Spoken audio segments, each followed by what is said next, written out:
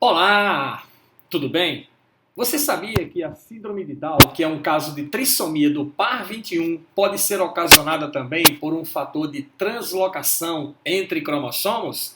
Isso e muito mais nós vamos começar a ver hoje na nossa aula de mutações cromossômicas numéricas. Eu sou o professor Billy Paul e este é o seu canal de Ciências Biológicas e Autodesenvolvimento. E após a vinheta, mutações cromossômicas numéricas com você. Vem comigo!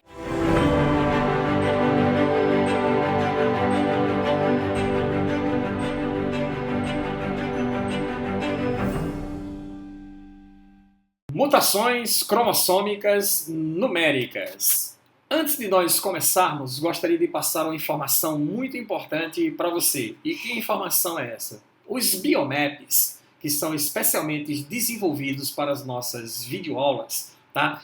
É importante que você acompanhe a aula com o biomap em mãos, tá? E uma caneta, claro, para fazer as devidas anotações sobre informações importantes que são passadas para você durante as aulas, tá? É uma importante dica, siga essa dica, assista a aula com os biomaps. Professor, não baixei o biomap ainda, pare, dê um stop aí, vá na descrição do vídeo aqui embaixo, baixe o biomap, baixe os bioeses gabaritados, assista a aula com o biomaps em mãos, né? Pega em sua impressora, imprima o biomap e aí você vai poder fazer suas anotações. Show de bola, depois é só colocar numa pastazinha, catalogue esses biomaps, porque eles irão compor um material revisional bastante eficaz e eficiente quando você chegar mais próximo do Enem.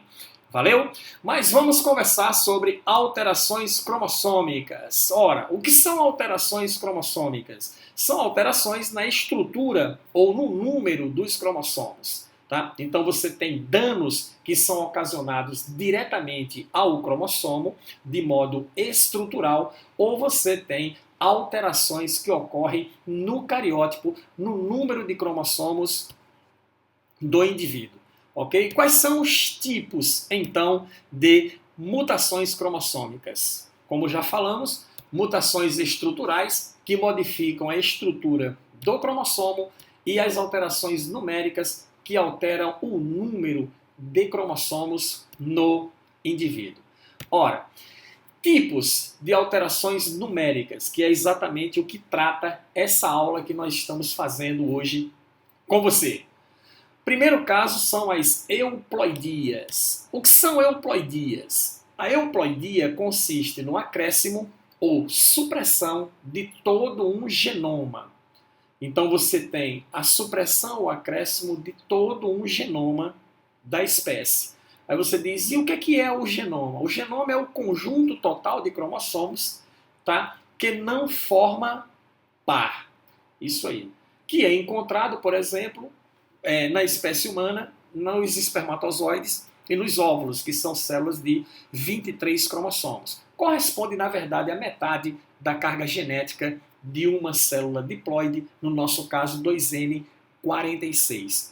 O genoma, na verdade, é um corpo cromossômico, tá? que junta todos os cromossomos que não formam par, na verdade corresponde à sua carga genética completa, ok? Com todos os cromossomozinhos e todos os genes bem definidos e bem alocados. Ou seja, corresponde ao número haploide de cromossomos de qualquer espécie. Então a batatinha tem número de cromossomo 2N igual a 20, então o genoma da batatinha é 10. O macaco chimpanzé tem número de cromossomo 2N igual a 48, o genoma do chimpanzé é então 24. Uma égua que tem 2N cromossomo 64, o genoma da égua é então 32. Entendido? Ok? E aí vejamos quais são as euploidias. Primeira coisa, euploidias são alterações cromossômicas sofridas pelas células, mas são alterações normais, que não geram impacto de anomalia nas espécies. Ok? Então, uma célula que está em haploidia é uma célula de N cromossomo. N-cromossomo é uma célula haploide, no nosso caso é uma célula de 23. Por quê? Porque a célula tem um genoma. O que é isso? Um corpo cromossômico que não forma par. Se eu junto um corpo cromossômico com outro, é o que acontece na fecundação, quando um espermatozoide haploide de 23 cromossomos fecunda um óvulo haploide de 23 cromossomos, forma-se então uma célula diploide, uma célula de 2N, cada N é uma célula que somou dois corpos de N cromossomo. Então é uma célula de 2N cromossomo, porque tem dois genomas, ok? Existem na natureza células triploides. São células 3N, que têm 3 genomas. Por exemplo, o exemplo mais clássico disso é o endosperma da semente das plantas angiospermas, das plantas gimnospermas. Okay? Esse endosperma, que é o tecido de nutrição que alimenta o embrião na semente do vegetal, é um tecido 3N, é um tecido triploide, é um tecido que tem 3 genomas cromossômicos. Existe, no caso do trigo, o trigo tetraploide e o trigo hexaploide. Tetraploide com 4 genomas e o hexaploide com 6 genomas. Essas alterações são comuns na natureza. As espécies, de um modo geral, elas estão o tempo todo variando a sua ploidia celular, dependendo da necessidade, okay, de divisões celulares, de junção de células, de núcleos de células. Okay? Mas o mais importante nas alterações numéricas não são as euploidias, e sim as aneuploidias. Por quê? Na aneuploidia, você não tem alterações de genomas inteiros. Você tem alterações, tá, no número de cromossomos. Ou seja, o que é uma aneuploidia? É o acréscimo ou supressão de um ou mais cromossomos. Então, o indivíduo ele tem cromossomo a mais no cariótipo dele. Por exemplo, um indivíduo que nasce com 47 cromossomos. O indivíduo tem cromossomos a menos no cariótipo dele. O indivíduo que nasce, por exemplo, com 45 cromossomos. Tá? Então, isso caracteriza as aneuploidias. Supressão ou acréscimo de genomas inteiros, euploidias. Situações de alterações cromossômicas normais na natureza, a variação de ploidia celular. Tá? A supressão de um ou mais cromossomos, o acréscimo de um ou mais cromossomos caracteriza as aneuploidias. As aneuploidias, elas são dramáticas. Elas ocasionam anomalias, algumas delas são extremamente graves no indivíduo da próxima geração. As aneuploidias podem ser... Aqui nós temos um quadrozinho que dá para você perceber direitinho como é que funciona. Tá? Nós temos a nulissomia. Você diz, professor, o que é uma nulissomia? É um indivíduo que é diploide, é um indivíduo 2N, mas que falta nele 2 cromossomos. É um indivíduo 2N menos 2. Ele perdeu um par de cromossomos no processo aneuploídico. A monossomia é o indivíduo 2N menos 1. Tá? É o indivíduo que devia ter 46 cromossomos, está com menos um cromossomo, tem 45 cromossomos. Então ele sofreu uma monossomia no processo aneuploídico. Nós temos o que? A trissomia. Trissomia é o indivíduo 2N mais 1. Deveria ter 46 cromossomos, nasceu com 47. E a tetrassomia, o indivíduo 2N mais 2, deveria ter 46 cromossomos, tem 48. Então esses são os casos possíveis de aneuploidias dentro da genética. A nulissomia, 2N-1, a monossomia, 2N, nulissomia 2N-2, monossomia 2N-1, trissomia 2N mais 1 e tetrassomia 2N mais 2. Observação super importante. Na espécie humana, todos os casos de aneuploidias envolve monossomia ou envolve uma trissomia. Não existem nulissomias viáveis na espécie humana e nem tetrassomias viáveis na espécie humana. E o que interessa para a gente é a espécie humana, é exatamente o que cai em prova em termos de alterações por aneuploidia. Belezinha? O que leva à formação de uma aneuploidia? Tá? O mecanismo de formação, o que é? São erros. Erros que ocorrem na disjunção dos cromossomos na meiose. Se não houver disjunção dos cromossomos na meiose, tá? A separação dos cromossomos na meiose é previsto pela primeira lei de Mendel. Tá? Os alelos unidos no zigoto separam-se quando ocorre a formação dos gametas. Se essa separação cromossômica não ocorrer, vai gerar, com certeza, um processo aneuploídico, produzindo então uma aneuploidia. Tá certo? Beleza? Quais são as síndromes aneuploídicas da espécie humana? São essas 5 aqui. 2 delas envolvem cromossomos sexuais, que são os cromossomos alossomos. 3 delas envolvem cromossomos não sexuais, que são os cromossomos autossomos. As síndromes de cromossomos sexuais é a síndrome de Klinefelter. O indivíduo tem 47 cromossomos porque ele tem um cromossomo X a mais. A síndrome de Turner, onde o indivíduo falta um cromossomo, é um caso de monossomia, onde o indivíduo é X0 porque falta um cromossomo sexual. A síndrome de Patot, a síndrome de Edward e a síndrome de Down, respectivamente as trissomias do 13, 18 e 21. Tá? Essas aí são as aneuploidias de cromossomos não sexuais, o que a gente chama de cromossomos autossomos. Ok? Vamos entender melhor como isso funciona? Vamos lá. Vamos ver então o mecanismo de formação de uma aneuploidia. Olha lá, eu tenho uma célula aqui, e essa célula é uma célula normal. Ela apresenta um par de cromossomos homólogos normal, perfeitamente normal, tá certo? E essa célula aqui, ela vai se dividir por meiose. Então, você sabe que na meiose 1, eu tenho a separação dos cromossomos homólogos, ok? Eu tenho aqui o par de cromossomos homólogos, evidentemente o cromossomo duplicado, e o que é que deve acontecer? Um cromossomo vai para uma célula, um cromossomo vai para outra célula. Mas aconteceu um fato interessante aqui, ó. Um vai para uma célula, o outro vai para outra célula. Isso é a situação normal. O que é que aconteceu aqui? Aconteceu então uma disjunção. Houve disjunção do par de cromossomos homólogos. Mas pode acontecer de eu estar com a mesma célula, com o mesmo par de cromossomo homólogo, e aí, na formação dos gametas, o par de cromossomos completo vai para uma célula e a outra célula fica sem cromossomo nenhum.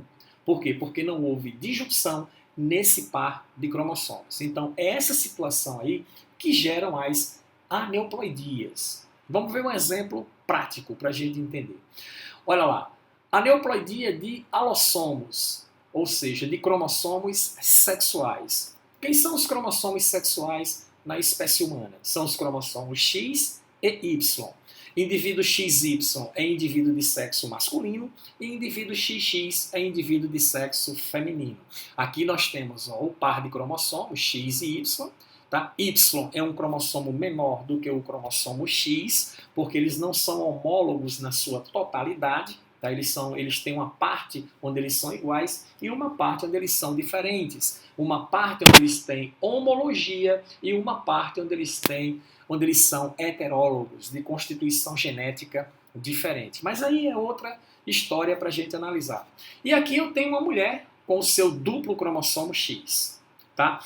Aí vamos imaginar a seguinte situação. Esse indivíduo aqui produz os seus espermatozoides quando essa célula aqui divide por meiose. E aí tem que ocorrer a separação dos cromossomos homólogos. Só que o que aconteceu foi o seguinte. O par de cromossomos XY foi para um espermatozoide e o outro espermatozoide ficou sem cromossomo sexual. Ela, por sua vez, produziu gametas normais. Um gameta portando X, o outro gameta portando X. Vale salientar que eu podia ter representado a aneuploidia nela, os 2 cromossomos X indo para uma célula e a outra célula ficando sem cromossomo sexual. Tá? Mas eu representei dessa forma aqui, na formação do espermatozoide. E aí, baseado nisso, você pode ter 2 situações. Uma delas é o espermatozoide com os dois cromossomos sexuais, tá? X e Y, fecunda o óvulo com um cromossomo sexual X, formando o indivíduo, então, com 2X e 1Y. Entendido? Ora, esse indivíduo sofreu, então, uma trissomia, porque em vez de ele ter um par de cromossomo sexual, ele tem 3 cromossomos sexual. Como se chama isso? Síndrome de Klinefelter. Beleza? O espermatozoide que está sem cromossomo sexual fecunda o óvulo com o cromossomo X, formando então um indivíduo com um cromossomo X. É o chamado X0. Falta um cromossomo sexual. Então esse indivíduo sofreu uma monossomia. Como se chama isso? Chama-se síndrome de Turner. Então, a síndrome de Klinefelter é um caso de trissomia de cromossomo sexual. A síndrome de Turner é um caso de monossomia de cromossomo sexual. O que acontece aí? Muito bem. Esses indivíduos apresentam uma série de alterações de caráter morfológico e de caráter fisiológico. Quais são as características presentes nesses indivíduos? Primeira coisa, eles têm 47 cromossomos, tá? Sendo um caso de trissomia, porque o indivíduo com Klinefelter apresenta um cromossomo sexual X a mais. É um indivíduo de sexo masculino, claro, devido à presença do cromossomo Y, ok? Tem alta estatura com membros desproporcionais. Se você olhar para ele aqui, você verifica que ele tem aqui pernas um pouco mais alongadas do que o normal, a mesma coisa acontecendo com os braços. Ginecomastia, que é um dos sintomas clássicos da síndrome de Klinefelter, que é o desenvolvimento de glândulas mamárias no homem. Genitália atrofiada, entendido? Porque a genitália atrofiada é o quê? É um homem de 40 anos que tem genitália de um menino de 10 anos. E também o quê? Esterilidade. Eles são indivíduos estéreis, exatamente por causa do número de cromossomo ímpar, devido ao acréscimo de um cromossomo sexual ao cariótipo desse indivíduo. Então ele fica impossibilitado de fazer gametogênese. E outra coisa importante também é que todo indivíduo com Klinefelter, ele é cromatina sexual positiva. Aí você deve estar perguntando, mas o que é a cromatina sexual? Daqui a pouco nós vamos chegar lá. A outra situação é a síndrome de Turner. O que acontece na síndrome de Turner? Eu tenho uma mulher, você está vendo que é uma mulher aqui de baixa estatura, tá? Quais são as características clássicas? 45 cromossomos, sendo um caso de monossomia, onde o indivíduo ele tem apenas um cromossomo sexual X. Falta um cromossomo X. É o indivíduo que nós chamamos de X0. Claro, de sexo feminino, porque não tem Y, só tem X, ok? Baixa estatura, pescoço alado, pescoço atarracado e de aba, como você pode observar aqui, faz parte da sintomatologia clássica do indivíduo com síndrome de Turner. Genitália atrofiada e também esterilidade. Agora a questão da cromatina. O diagnóstico da síndrome de Klinefelter e da síndrome de Turner é dado através do exame de cromatina sexual. Mulheres normais são cromatina positivo e não cromatina negativo. Tá? Homens normais são cromatina negativo e não cromatina positivo, como você viu no caso de Klinefelter. O que acontece aí? As mulheres são duplo X. Tá? Os geneticistas dizem que por um problema de compensação de dose, um dos cromossomos X na mulher ele é inativado. Tá? Apenas um cromossomo ele é funcional. E o que inativa esse cromossomo? Condensação. Como assim?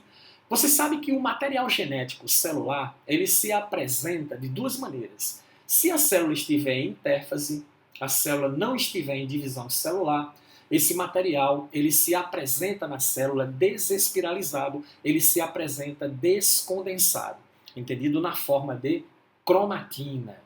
Quando a célula entra em divisão celular, esse material espiraliza, esse material condensa, assumindo então a forma de cromossomo. Um dos cromossomos X, numa mulher normal, ele nunca descondensa na intérfase, ele nunca desespiraliza na intérfase, ele sempre se mantém condensado. Esse cromossomo sexual ele é inativo. Quando você joga um certo corante na célula, chamado corante de Barr foi o cara que descobriu isso aí, ele chama-se sexo genético, entendido? Você observa a célula ao microscópio e vê um pontinho colorido dentro do núcleo celular, além do núcleo. Então você sabe que aquele pontinho colorido é exatamente o cromossomo X condensado e inativo que existe nas mulheres normais. Existe uma técnica que está sendo bem desenvolvida hoje, onde você pega um indivíduo com síndrome de Down, trissomia do par 21, tá? E você silencia o terceiro cromossomo, digamos assim. Ao fazer isso, esse cromossomo perde sua funcionalidade, ele é inativado e o indivíduo pode apresentar, então, o fenótipo normal. Então, está tendo uma tendência de se usar essa tecnologia para resolver o problema, tá, da síndrome de Down pelo silenciamento do cromossomo 21 extra do indivíduo, transformando esse cromossomo 21 numa cromatina sexual. Então acredita-se os geneticistas que conseguindo fazer isso você resolve o problema da síndrome de Down, mas isso aí é outra discussão, entendido? Então veja só, mulher é cromatina positiva, porque tem a cromatina sexual. Homem é cromatina negativo, porque ele tem só apenas um cromossomo X, e esse um cromossomo X que ele tem, ele é funcional. Entendido? Então, se faz um exame de um indivíduo que apresenta cromatina sexual negativa, sendo de sexo feminino, qual a explicação para isso? Ele tem síndrome de Turner, ele é um indivíduo que sofreu uma monossomia de cromossomo sexual, é um indivíduo X0 que tem um único cromossomo X. Entendido? Faz-se um exame de cromatina no indivíduo de sexo masculino e ele dá cromatina positivo, entendido? Então ele está com duplo cromossomo X, ele é um caso de síndrome de Klinefelter. Entendido, pessoal? Por isso que cromatina é tão importante, porque o exame de cromatina dá o diagnóstico se o indivíduo tem síndrome de Turner, se o indivíduo tem síndrome de Klinefelter. Entendido? A outra situação é a aneuploidia de cromossomos não sexuais, aneuploidia de autossomos. Então vamos começar pela aneuploidia de autossoma mais clássica, porque você encontra andando na rua. Tá? É fácil você encontrar alguém com síndrome de Down. Então, muito bem. Aqui eu tenho o par de cromossomo 21. Tá? Tá aqui o par de cromossomo 21. Esse indivíduo aqui, ele produziu seus gametas e o que aconteceu? Tá? O par de cromossomos 21 foi para um espermatozoide e o outro ficou sem cromossomo sexual. A mulher aqui, cruzante, normal, ela produziu óvulos, cada um portando um cromossomo autossomo 21. Né? Esse aqui está com 2 cromossomos 21, esse espermatozoide, e aqui eu tenho óvulo, cada um com um cromossomo 21. Esse espermatozoide com 2,21 fecunda uma célula com um cromossomo 21, formando então uma trissomia de cromossomo 21, gerando o indivíduo então com síndrome de Down, que é uma aneuploidia de cromossomo autossomo, de cromossomo não sexual. Entendido? Beleza? Aqui você tem o indivíduo clássico com síndrome de Down. Quais são as características marcantes? 47 cromossomos, sendo a trissomia do par 21, que é o caso mais comum de síndrome de Down. A translocação robertsoniana a gente vai analisar quando estudar as alterações cromossômicas estruturais, que eu posso ter síndrome de Down por uma translocação cromossômica, mas a gente vai ver na aula, tá, de alterações estruturais de cromossomo. Pode acontecer em indivíduo de sexo masculino ou feminino, claro, porque envolve cromossomo não sexual, envolve cromossomo autossomo. Que características, alterações você encontra em Down? Olhos mongóis, que é esse olho puxadinho para baixo aqui, rosto arredondado com dedos mais curtos, prega palmar, orelhas pequenas, língua protusa, que é a língua para fora da boca, aquela língua assim, ó, ok? Atraso na articulação da fala, ficou erradinho aqui, mas tudo bem. Articulação da fala, comprometimento intelectual, tá? Aprendizagem lenta. Tá? Então ele tem um certo retardo mental que dificulta a sua aprendizagem natural. Tempo de vida diminuído, Tá? A longevidade de Down depende muito do quanto ele é querido pela família e do quanto ele é aceito pela sociedade. É tanto que se aconselha colocar o indivíduo com Down em meio a indivíduos normais. Por isso que você encontra muitos indivíduos com síndrome de Down em escolas normais. Eu tive um aluno com síndrome de Down, o Marcelo. Na época que eu dei aula para o Marcelo, ele tinha 42 anos de idade, mas mentalidade de menino de 5, 6 anos. Mas Marcelo tinha uma coisa interessante, a docilidade, que é uma característica de Down. Eles são muito dóceis, eles são muito amigáveis, eles são muito afetivos. Então ele abraçava a gente, falava com a gente, professor, e era aquela coisa, era fantástico o Marcelo. Entendido? Hoje eu não dou mais aula na escola, onde o Marcelo ainda hoje estuda, mas o Marcelo é uma figura absolutamente fantástica, é uma característica marcante de Down. E quanto mais ele for aceito e querido, maior será a longevidade do indivíduo com síndrome de Down. As outras duas síndromes são a síndrome de Patot, é uma síndrome bem mais grave, entendeu? É tanto que esses indivíduos eles morrem cedo, eles não têm uma boa longevidade. Característica, 47 cromossomos, é um caso também de trissomia, mas é trissomia do cromossomo 13, ok? Ele tem malformações graves do sistema nervoso central, má formação do coração, ok? Ó, fenda labial e palato fendido. A fenda labial aqui, ó, dá para você observar aqui na imagem, tá? É o famoso lábio leporino.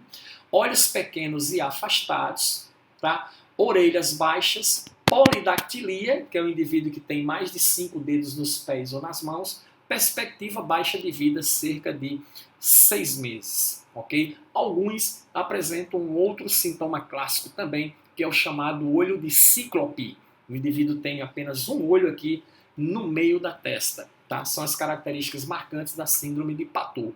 Devido à gravidade da síndrome, eles morrem extremamente cedo, esses indivíduos aí.